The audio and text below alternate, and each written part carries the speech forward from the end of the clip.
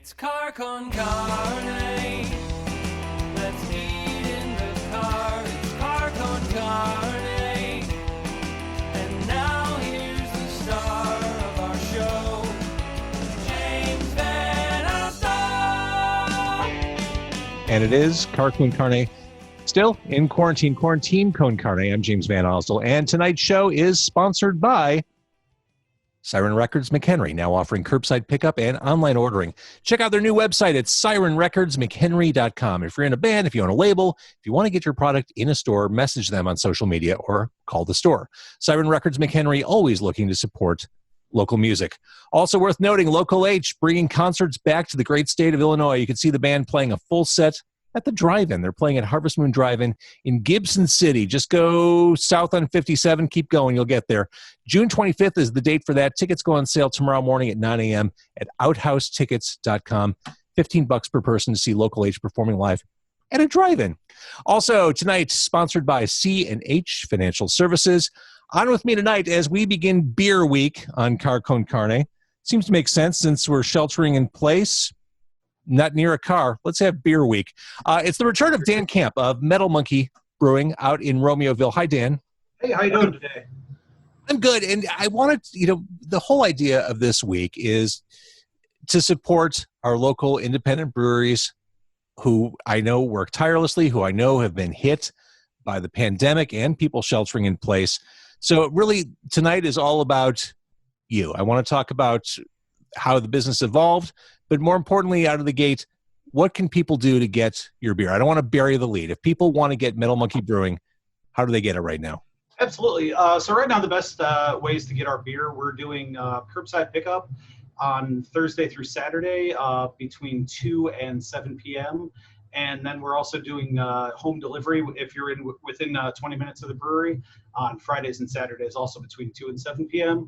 Those are the best ways to get our beer. If you go to www.metalmonkeybrewing.com, the main page will actually take you right to our store right now, so you can purchase online and then come pick up when your order's ready. And we'll send you an email when it's ready, or if you just come, within an hour basically of when you order on those days that we're open. Other than that, within the last few weeks, our business has definitely started picking up with some of the grocery stores, liquor stores, and bottle shops throughout the area. So, if you don't see our stuff on a shelf at your favorite place, by all means ask. Demand. And, hopefully they'll get in touch with us. Demand your beer from Metal Exactly. So, all right, just to clarify, I'm about 45 minutes from you, not eligible for home delivery. No, unfortunately not. Gotta ask. No, of course. So a little bit of history, and we did an interview maybe a couple years ago. For people who are unfamiliar, maybe they're a little bit north of you and they haven't been out to Romeoville. You were at 515 Anderson in Romeoville. Let's talk a little bit about the history. Sure. Opened 5 years ago? Well, just about 4.5 years ago now. We at the end of January celebrated our 4-year anniversary. So this coming January will be 5 years. It's actually about 5 years since we first signed the lease on the building. So that's coming up in just a couple of weeks here, actually, which seems crazy. But it started as a kind of a hobby that got out of control. Me and my wife started crunching numbers one day to see if we could make it a viable business. We had a couple other friends that were, involved with getting everything running and opened up and whatnot. And at one point in the process, I was like, well, I don't know if my beer's any good, because I'd been homebrewing for a number of years. And of course, all my friends say, yeah, it's great. And so I joined a local homebrew club, the Joliet Brewers Guild. And I met a number of great people there. I'm still friends with a lot of those guys today. A couple other people in the club have opened breweries of their own, which is really awesome.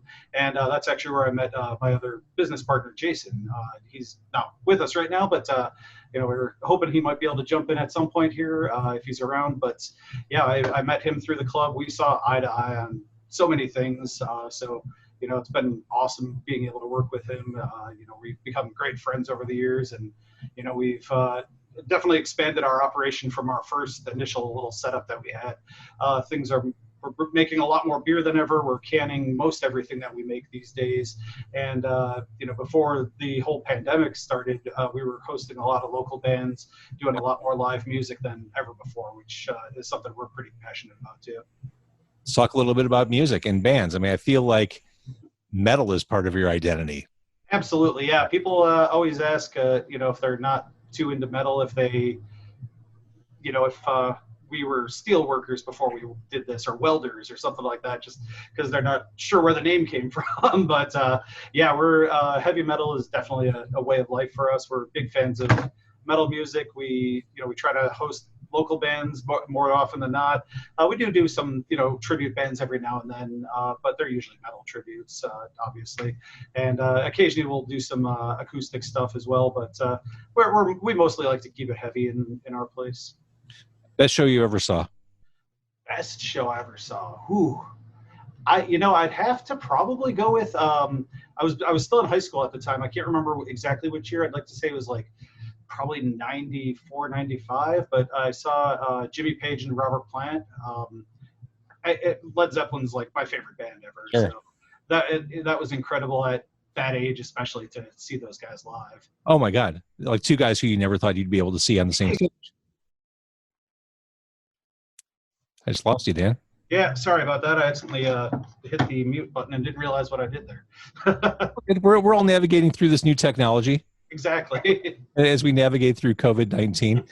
So when I last spoke with you 2 years ago, you were pretty much the only game in town out in your little corner of Romeoville. Has that changed? Has the industry grown in your area, or are you still kind of the lone wolf? In Romeoville, we're still the only brewery in town. There's quite a bit more happening in town now, which is really cool. Right near us by the brewery, we've got Joe's Beverage Warehouse just recently opened, and they've got a really great craft beer selection. They've got a number of taps until the pandemic, obviously, they would keep stocked with some stuff you couldn't really find at a lot of places, things from out of town or just one-offs from some other breweries. We've also got Iron and Glass in town, another little bottle shop. They do a lot of great stuff. I think closest to us, we've got Workforce Brewing over in Plainfield. We've got Skeleton Key over in Woodridge and Pollyanna over in Lamont. We're all pretty close to those guys, so it's nice having those guys around. They've all been great friends and have been really helpful over the years. And we try to pay it back to them. And like I mentioned, with being a member of the Joliet Brewers Guild, we've got Will County Brewing as well as Mad Hatchet Brewing in Shorewood. Those guys were former members or current members still of the Joliet Brewers Guild. And then Elder Brewing over in Joliet, Andrew over there, he was a member of the JBG as well. I do like knowing that this is a supportive industry, and I hear that all the time. Yeah, it absolutely is. And, with places starting to reopen, it's been, kind of, I don't know, kind of a headache and kind of just trying to figure out a game plan as to how everything's going to go, how we're going to adapt our business yet again to changes that are coming. And we've actually, we're working with the folks over at Skeleton Key, Miskatonic, and Black Horizon on getting some really cool looking customized plastic cups for when we're all able to reopen, just so we could, obviously we want to keep all of our customers safe and healthy. So getting some compostable, disposable cups was a great idea when Emily and Paul over at Skeleton Key suggested it. But we're working together with the other breweries to try to, keep things as healthy and as environmentally friendly as possible. So it's cool to keep that dialogue open between everyone, and we're all in this together. So it's nice to have that kind of camaraderie. Let's talk about your beers. If someone wanted to have a short night, would Asmodeus be the way to go? Probably, yeah. So right now we've got a couple different barrel-aged versions of Asmodeus available. We did one with a ghost pepper maple syrup, which most people kind of freak out when they hear that. It's not as spicy as you would think. And I love spicy, and it's pretty tame for me. But my wife tells me I'm a horrible judge at these things. So, if we're trying to make something that's spicy, she'll be like, "What did Jason think about it?" Okay, then you could make it if he was okay with it. So it's not too bad, but it's potent. It's bourbon barrel aged, and it's got a little bit of a kick to it. So it's. So you brew beer in bourbon barrels and rye barrels. Are the differences in taste that noticeable? They are actually. Yeah, we did a couple of years ago, and we're getting ready to brew this beer again. It was called Death by Metal. It was an imperial porter that was. We aged it in two different types of barrels. We did rye in one and bourbon in the other, and it was noticeably different between the two. The rye definitely had a little bit more of a spicy character to it, and it was by far the favorite of people, myself included. So we're actually going to be looking for some rye barrels pretty soon, so we can remake that beer. Tom Hartsfield, who's watching on Facebook Live, says he can vouch, not super spicy. No, it really isn't. And actually, knowing him, he's kind of a wimp when it comes to spice. I hope he doesn't mind me saying that. Other beers. Tell me about Balloon Head. That sounds like the perfect beer as we head into summer. Absolutely, yeah. So Balloon Head is one of our newest creations. One of our regulars, Lisa, she's always brought us in different candy and stuff. Just when she's on her way home from work, she'll stop in and have a couple beers and bring us something, because they always have stuff left over at her office. And so she was kind of the inspiration for this beer. We do a number of kettle soured beers with different fruits added and things. I've got one here with this is our Bikini Bottom. I was going to ask about that next. Kind of hard to see, but sorry, there's a bit of glare here where the curtains are missing right now because we're getting the walls painted. So much better lit. Yeah, definitely. But so it along the lines of something like our Bikini Bottom, that's it's a kettle soured beer. It's a Berliner Weiss is the base beer, and then we'll add different fruit flavorings into it. We're actually kettle souring over the weekend right now, so tomorrow we're going to finish up boiling this batch. We're making a brand new batch of Balloon Head, and it's actually going to come in 4-packs that are mixed. So there will be, I don't know if I can say the actual name of the candy that it's inspired by, but I think people could figure it out. There's going to be 4 different flavors: a cherry, watermelon, blue raspberry, and then a 4th mystery flavor. So they'll come in mixed 4-packs when they're out, and it's going to be awesome. Will the mystery flavor taste like cream soda? Probably not. I was thinking about that's how it is in Dum Dum Suckers. Gotcha. Different candy, actually. Kirill of Huntsman, fantastic metal band, says, "Oh shit, my boy Dan." That's hey, what's up, Kirill? How you doing? My boy. Mandela of Fear. Oh my God, that album. I'm sorry, tangent. So it's so good. It's so good. We were supposed to have them play the brewery just after the album was released because we did a collaboration with them. We made a beer, a saison called Clearing the Sand, all inspired by the album. And unfortunately, because of the pandemic, we had to cancel the show. But the album is so damn good. It's really easy to just leave on, start to finish. I mean, it's a double record set, gorgeous package. Absolutely. That, but love that band. All right, sorry, let's get back to Metal Monkey Brewing in Romeoville, Illinois. Gula is your IPA. Yep, that is our all Citra hopped IPA. Actually, looking at the record right behind you, that's I put that up for a reason. Nice, very cool. Yeah, we actually had to change the label recently. We did get a cease and desist letter from the merchandising company that handles all Ghosts merchandising, and they said they had. That means you made it. What's that? That means you made it. Yeah, that's how I felt. I was like, oh, someone's actually paying attention to what we're doing here. You're on Ghost Radar. This is right. I almost had a friend bring a can to meet and greet the last time they played in town, and then I wasn't sure if that would be the best way to do it or not, but they'd remember you. What's that? They'd remember you. Exactly. Yeah. So we've got a brand new label for that beer now, but it's fantastic. A double dry hop Citra IPA.